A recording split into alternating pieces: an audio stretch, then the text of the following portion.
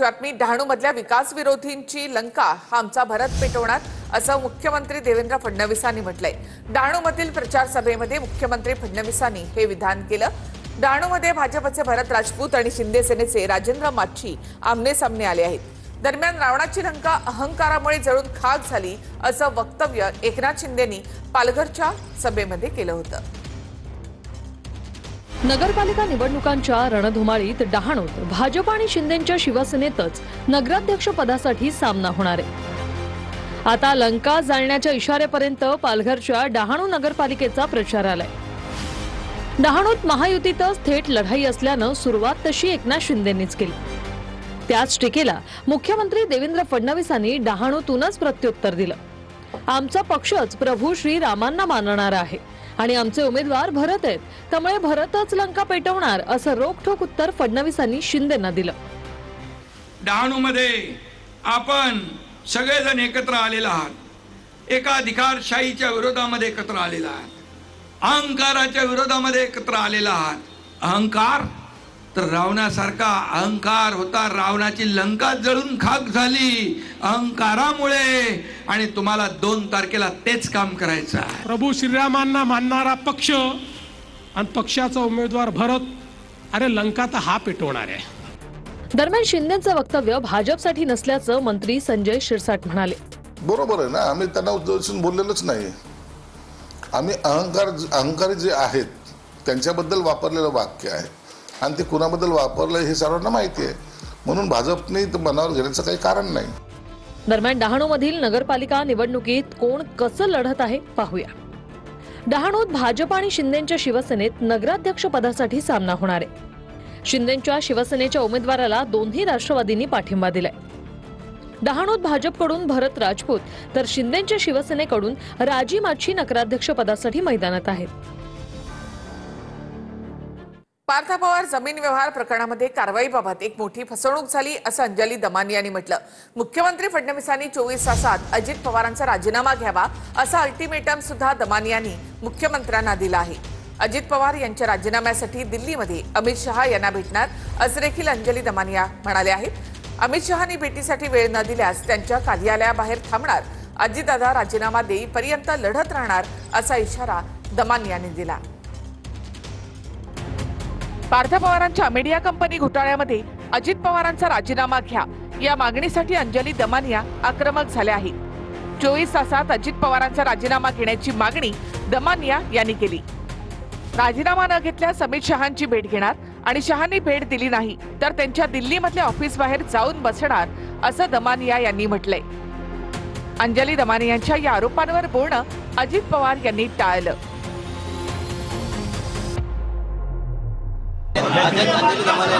काय 24 तासात अल्टिमेट दिलंय की दादा 24 तासात राजीनामा घ्या। कुणी अंजली दमाने यांनी मला काय मी काय सांगू त्याच्याबद्दल? तुम्ही कुणाचा राजीनामा मागायचा आणि कुणाचा नाही मागायचा तुमचा अधिकार आहे।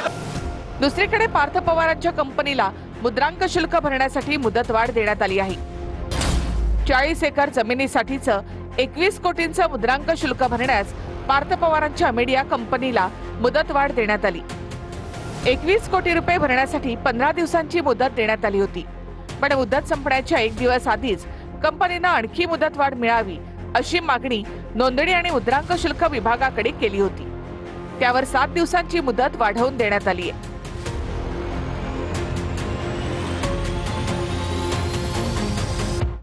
मी चुकीचा शब्द वापरला त्याबद्दल दिलगिरी व्यक्त करतो असं अजित पवार यांनी म्हटलंय।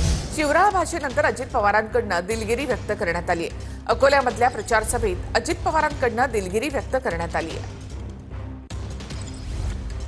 मी कुठेतरी आपण काहीतरी थातुरमातुर सांगायचं ही माझी भावना नाहीये। मी शब्दाचा पक्का आहे। मी माझ्या भागामध्ये करून दाखवलं, त्यावेळेस अंबाजोगाईला येऊन सांगतोय की आपण पण तसं करा। बरेच पुढारी येतात, सांगतात असं केलं पाहिजे तसं केलं पाहिजे, आणि त्यांची शहरं एकदम घाण भिकार असतात, बकालपणा असतो तिथं। वेगवेगळ्या शहरात जर बकालपणा असेल, मी त्या दिवशी चुकीचा शब्द वापरला भिकार म्हणून, तो शब्द मी वापरायला नको होता, त्याबद्दल मी दिलगिरी व्यक्त करतो। परंतु बकालपणा, शहरामध्ये बकालपणा नसला पाहिजे। शहर कुठलंही असू द्या, सत्ताधारी महायुतीमधली लोक टोकाची भूमिका घेत आहेत. एक सांगतायत की माझ्याकडे पैसा आहे, तिजोरी आहे. दुसरा सांगतोय की तिजोरीचे मालक आम्ही आहोत. जे राज्यामध्ये मुख्यमंत्री आणि उपमुख्यमंत्र्यांमध्ये जी चुरस विशेषतः पुणे जिल्ह्यामध्ये तुम्हाला पाहायला मिळते, दोन दादांच्या वादामुळे लोकांमध्ये संभ्रम निर्माण होतो. हेच जर बघतोय तो जर विरोधी पक्षाच्या एका आमदारांनी केलं असतं तर लगेच निवडणूक आयोगाची नोटीस गेली असती. तिजोरीच्या चाव्या एकीकडे, एक म्हणते तिजोरीच्या चाव्या माझ्याकडे, दुसरा म्हणतो मालक मी आहे. म्हणजे तिजोरी ही जनतेच्या पैशातली, ह्यांच्या काय घरचे बापदादाचे पैसे आणून हे काय देत नाहीत लोकांना. त्यामुळे मुळात ही मस्तवाल भाषाच ह्यांची चुकीची आहे. तिजोरीचा मालक, तिजोरीच्या चाव्या हे संविधानाला अपेक्षित नाही. तुमच्या घरचे सातबारे विकून तुम्ही तुमच्या इथल्या ऊसा तांदूळाचे पैसे तुम्ही लोकांना देत नाहीत. हा लोकांच्या टॅक्सचा पैसा आहे, लोकांच्या घामातला पैसा आहे आणि तुम्ही त्या तिजोरीत ठेवलंच नाही. काही तिजोरी तशी पण मोकळी करून टाकली.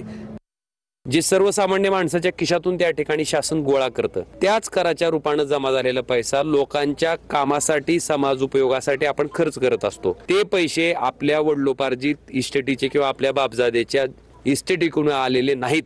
हा पहिल्यांदा जो म्हणजे समज आहे काही लोकप्रतिनिधीचा, तो पहिल्यांदा दूर करावा. हा, तर ते पैशाचीच मस्ती आहे. आणि मला वाटते निवडणूक आयोग अशा झोपा काढतं. एक मंत्री जर असा बोलत असेल तर त्याच्यावर गुन्हे दाखल झाले पाहिजे. त्यांच्यावर गुन्हे, तिथल्या विरोधकांनी कमसे कम ते रिपोर्ट तरी दिला पाहिजे. अशी बोलणाऱ्याची मस्ती जिरवणं गरजेचं आहे. आणि गुलाबराव, तुम्हाला असं वाटत असेल का पैशानं सगळे लोक विकत घेतल्या जात आहे, तर हे चुकीचं आहे.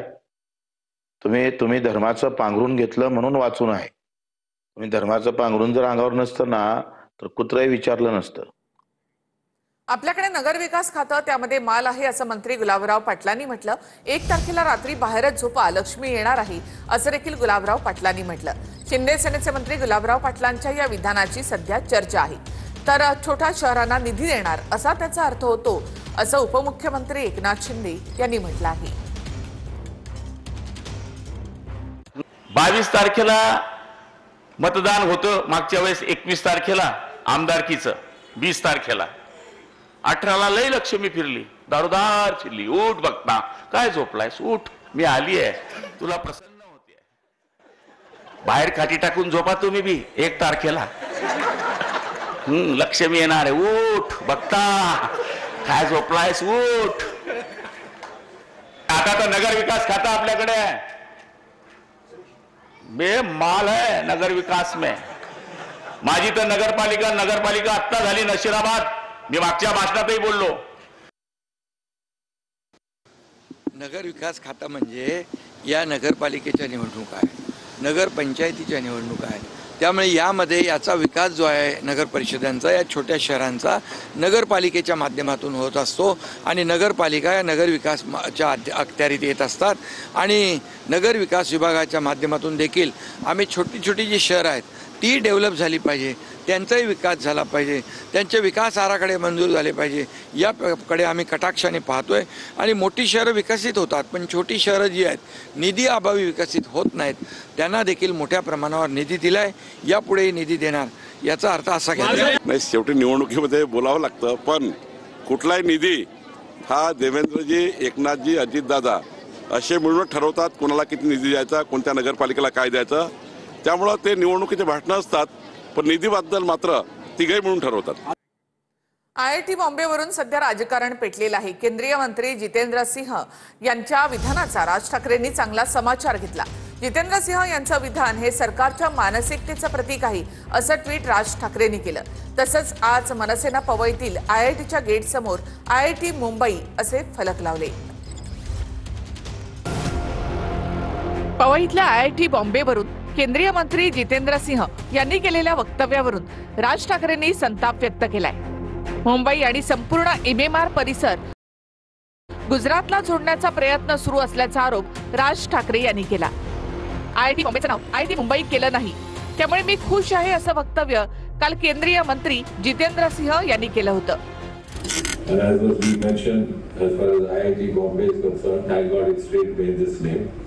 You have not done Mumbai. So that's one another compliment to you. And also true for Madras. It remains IIT Madras. Jitendra Singh यांच्या वक्तव्यानंतर राज ठाकरेंनी फेसबुक पोस्ट करत निशाणा साधलाय. जितेंद्र सिंह यांचं विधान हे सरकारच्या मानसिकतेचं एक प्रतीक आहे असं स्पष्ट दिसतं. गेली अनेक दशकं यांच्या पोटात साचलेली मळमळ पुन्हा एकदा बाहेर उकळायला सुरुवात केली आहे. आपल्या शीर्ष नेतृत्वाच्या मनात काय चाललं आहे ते ओळखून तसं बोलून शाबासकी मिळवणं हा जितेंद्र सिंह यांचा उद्देश आहे. फक्त मुंबई नाही तर आता MMR परिसरात राहणाऱ्या तमाम मराठी जनांना माझं आवाहन आहे की आता तरी डोळे उघडा.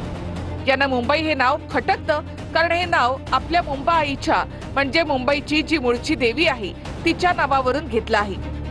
त्या देवीची सगळी लेकरं म्हणजे इथे पिढ्यानपिढ्या राहणारी मराठी माणसं. तुम्ही आणि तुमचं शहर यांना खुपतंय. काहीतरी डाव मुंबईच्या बाबतीत 100% शिजत असणार. हे शहर ताब्यात घेण्याचा प्रयत्न नक्की सुरू आहे. आधी मुंबई आणि मग संपूर्ण MMR परिसर ताब्यात घेऊन तो गुजरातला जोडण्याचा प्रयत्न सुरू आहे. तेव्हा मराठी माणसा जागा हो.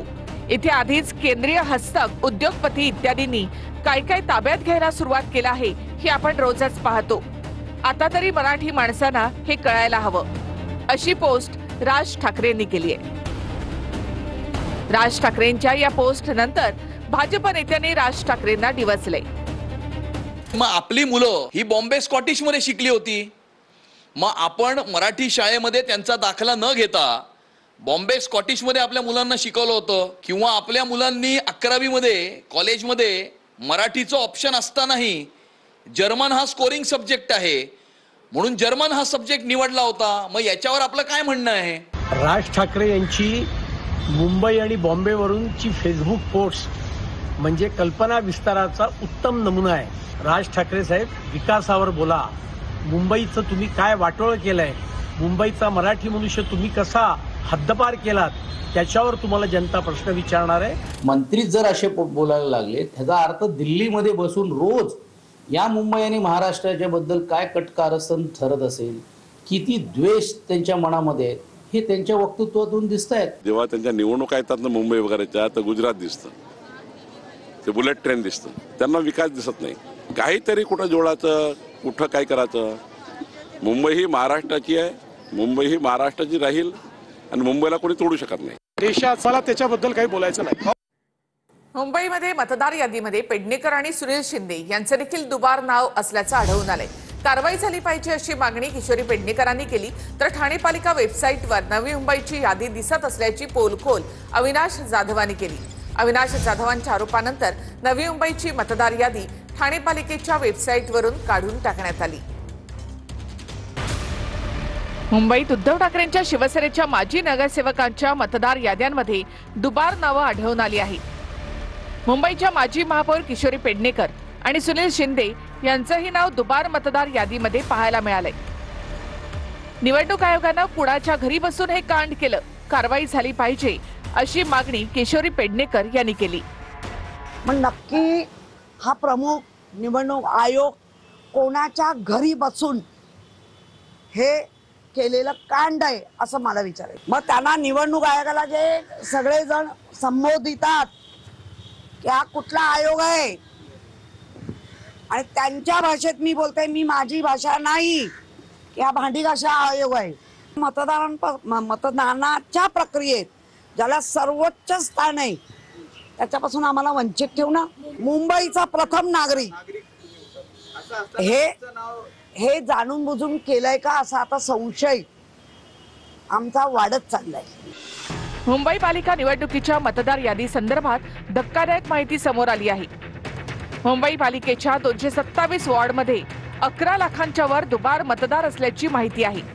तर दुबार मतदारांची नावं हटवण्यासाठी पालिका प्रशासन विशेष मोहीम हाती घेणार आहे. पेडणेकरांच्या प्रभाग क्रमांक 199 मध्ये सर्वाधिक 8207 दुबार मतदारांची संख्या आहे. वरळी विधानसभेमध्ये सरासरीनुसार 6800हून अधिक दुबार मतदार आहेत. माजी महापौर स्नेहल आंबेकर यांच्या प्रभाग 198 मध्ये 7295 दुबार मतदार आहेत. ठाकरे सेनेच्या आशिष चेंबूरकर यांच्या प्रभाग क्रमांक 196 मध्ये 7095 दुबार मतदार आहेत. समाधान सरवणकर यांच्या प्रभाग क्रमांक 194 मध्ये 7584 दुबार मतदार आहेत. प्रभाग क्रमांक 1 या तेजस्वी घोसाळकर यांच्या प्रभागामध्ये 2142 दुबार मतदार आहेत. सर्वाधिक 14 प्रभाग असलेल्या भांडूप विभागात 69,500 दुबार मतदार आहेत. अनगर नगरपंचायत निवडणूक अपील संदर्भात सर्व बाजूंचे युक्तिवाद पूर्ण झाले असून न्यायाधीशांनी निर्णय राखून ठेवला आहे. जिल्हा न्यायाधीश प्रशांत राजवैद्य यांच्या कोर्टासमोर उज्ज्वला थिटे, प्राजक्ता पाटील आणि सरकार पक्षाच्या वतीने 4 तास युक्तिवाद ऐकल्यानंतर न्यायाधीशांनी निकाल राखून ठेवलाय. शिंदेचे आमदार संतोष बांगर हातवाऱ्यांनी पुन्हा एकदा वादात सापडले. भाजप आमदाराबद्दल बोलताना बांगरांनी केलेला इशारा सध्या वादात आहे. याआधी विरोधकांवर तर आता सत्ताधारी भाजप आमदारावरच त्यांनी वादग्रस्त टीका केली.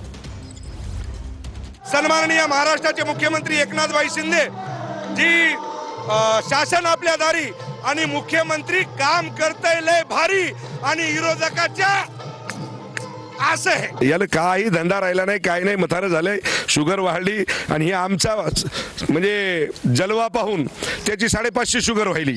आणि राहिला संतोष बांगर दारू पित नाही, पुडी खात नाही, काहीच नाही आगाऊ शोक. यायला तर तुम्हाला सांगतो सगळे शोक आहेत. कुठं कुठं अडकले, वाशिमला अडकले, अकोल्याला अडकले. भायखळ्यामधील राणीबागेमधील शक्ती वाघाचा मृत्यू झालेला आहे. वीरमाता जिजाबाई भोसले उद्यानातील व्यवस्थापकाकडनं हेळसांड झाल्याचा आरोप केला जात आहे. अपस्माराचे झटके आल्यामुळे मृत्यू झाल्याचा उद्यान प्रशासनाचा अंदाज आहे. भायखळ्यामधील राणीच्या बागेमध्ये शक्ती वाघाचा मृत्यू झालेला आहे. 17 नोव्हेंबरला शक्ती वाघाचा अचानकपणे मृत्यू झाला असं राणीच्या बागेकडनं स्पष्ट करण्यात आलंय. शक्ती वाघ काही महिन्यांपासून निरोगी, आरोग्य तपासणीचा प्रश्नच येत नाही असं देखील उद्यानाकडनं स्पष्ट करण्यात आलं. शक्ती वाघाच्या मृत्यूबाबत उद्यानाकडनं स्पष्टीकरण देण्यात आलं आहे. पंकजा मुंडेंनी पुन्हा एकदा बीड जिल्ह्याची पालकमंत्री होण्याची इच्छा व्यक्त केली आहे. मी बीड जिल्ह्याची आजन्म पालक असं पंकजा मुंडेंनी म्हटलेलं आहे. बीड जिल्ह्यातील प्रत्येक ठिकाणी आपण बैठका घेणार असं देखील पंकजा मुंडेंनी म्हटलंय. पालकमंत्री विचारण्याची पण बीडची तर मी आजन्म पालक आहे. कारण ते मला आहे ते कुणाला येऊ शकत नाही ना. त्यामुळे मी इथे प्रत्येक ठिकाणी मंत्री म्हणून बैठक घेणार आहे. मग इथल्या अधिकाऱ्यांना कामाला लावणार आहे, इथल्या नगराध्यक्षांना संरक्षण देणार आहे, त्यांना त्रास देणार पुढे कार्यकर्त्यांना. ठाण्यामध्ये संविधान बचाव रॅली काढण्यात आलेली आहे. या रॅलीमध्ये असीम सरोदे तसंच जितेंद्र आव्हाड हे देखील सहभागी झाले आहेत. संविधान गौरव रॅली या ठिकाणी काढण्यात आली आहे. ठाण्यामध्ये जितेंद्र आव्हाडांच्या नेतृत्वामध्ये संविधान गौरव रॅली काढण्यात आली. जितेंद्र आव्हाड त्याचबरोबर असीम सरोदे हे सुद्धा या संविधान गौरव रॅलीमध्ये सहभागी झाले आहेत.